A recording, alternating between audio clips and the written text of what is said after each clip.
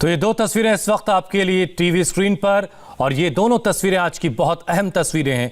इनसे ये तय होगा कि आने वाले वक्त में ये आंदोलन आज की बैठक के बाद ख़त्म हो जाएगा, किसान अपने अपने घरों को लौट जाएंगे, या फिर ये आंदोलन अभी और बड़ा होगा और तेज़ होगा।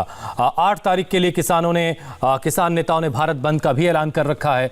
पीएम आवास पर एक हाई लेवल मीटिंग इस वक्त चल रही है, जहां पर प्रधानमंत्री खुद गृह मंत्री, रक्षा मंत्री, कृषि मंत्री और रेल और वाणिज्य मंत्री के साथ बैठकर ये मंथन कर रहे हैं कि आज किसानों को आखिर कैसे समझाया जा सकता है। किसानों को कॉन्ट्रैक्ट फार्मिंग को लेकर भी कई शंकाएं हैं। उनकी शंकाएं दूर करने के लिए हमने ग्राउंड से रिपोर्ट तैयार की। हमारे रिपोर्टर प्रधानमंत्री के गांव पहुंचे, जहां किसान पिछले कई सालों से कॉन्ट्रैक्ट फार्मिंग से मुनाफा कमा रहे हैं। गुजरात में इस वक्त बड़े पैमाने पर कॉन्ट्रैक्ट फार्मिंग होती है और इससे किसानों को काफ़ी फायदा हो रहा है।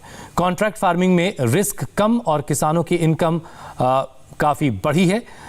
देखिए पीएम मोदी के घर वडनगर से इंडिया टीवी संवाददाता निर्णय कपूर की ये ग्राउंड रिपोर्ट।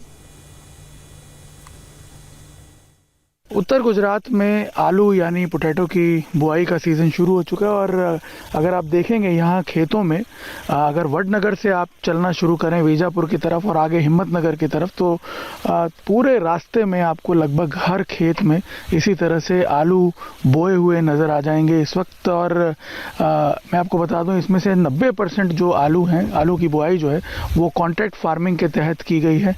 और इसकी वजह यह है कि शुरू में कुछ किसान इन्वॉल्व थे और कॉन्ट्रैक्ट फार्मिंग के जरिए कर रहे थे। उनके जो अनुभव हैं उसके आधार पे लोगों को रियलाइज़ हुआ कि इसमें प्रॉफिट बहुत ज़्यादा हो रहा है। और अब देखते देखते हर खेत में जो ये आलू आपको बोए हुए नज़र आ रहे हैं, कॉन्ट्रैक्ट फार्मिंग के तहत बोए गए हैं। किसानों ने बड़ी बड़ी कंपनीज़ के साथ कॉन्ट्रैक्ट कर रखे हैं, उन्हें फ़ायदा भी ज़्यादा हो रहा है। उसकी वजह है कि एक तो मॉडर्न जो इरिगेशन टेक्निक्स हैं उसके ज़रिए वो लोग काम करते हैं, अपनी बुआई करते हैं पूरा खेती का। और इसके अलावा बड़ी बड़ी जो कंपनीज़ हैं उनके साथ कॉन्ट्रैक्ट करने की वजह से उन्हें फसल के भाव भी अच्छे मिल रहे हैं। आलू के रेट पहले से तय हो चुके होते हैं और यही वजह है कि जो वॉल्यूम है प्रोडक्शन का वो हर साल पिछले 2 सालों से दुगने से भी ज़्यादा रेट से बढ़ता जा रहा है। और यही एक सबसे बड़ा ड्राइविंग फोर्स है यहाँ के किसानों के लिए कि वो लगातार अब बड़ी बड़ी कंपनीज़ के साथ कॉन्ट्रैक्ट करके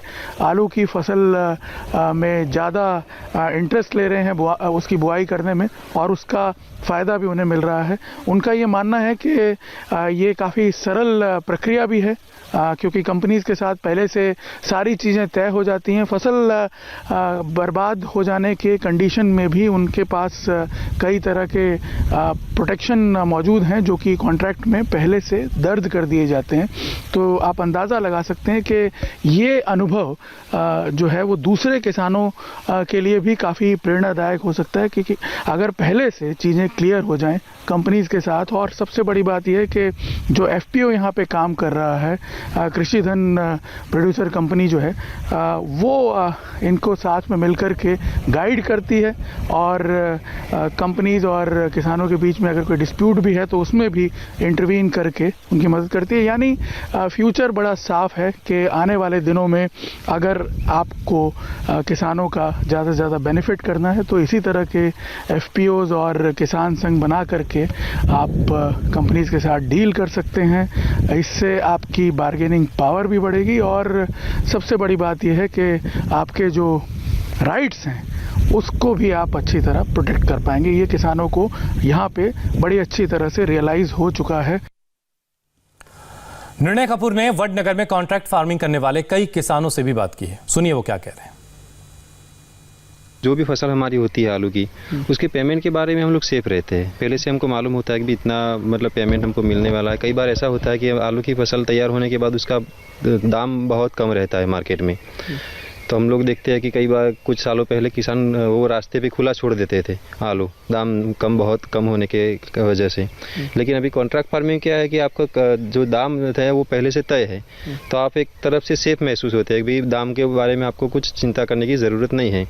और दूसरा, कॉन्ट्रैक्ट फार्मिंग की वजह से लोग इनकम में हम बढ़ोतरी हुई है। हम लोग इससे पहले सिर्फ कॉटन और कैस्टर और वो घास चारा लगाते थे, तो उतनी इनकम हमारी नहीं होती थी जितनी अभी आलू में हो रही है। कंपनी श्योरिटी देती है कि अभी देखो इस फसल का जो ये सीड हमने लगाया उसका 50% पेमेंट हमने किया है सीड का।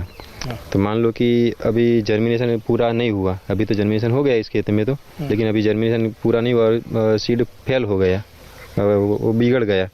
तो कंपनी कई बार ऐसा करती है कि पेमेंट नहीं लेती, बाकी का जो 50% बाकी रह गया है वो नहीं लेते हैं, और जितना भी जर्मिनेशन होता है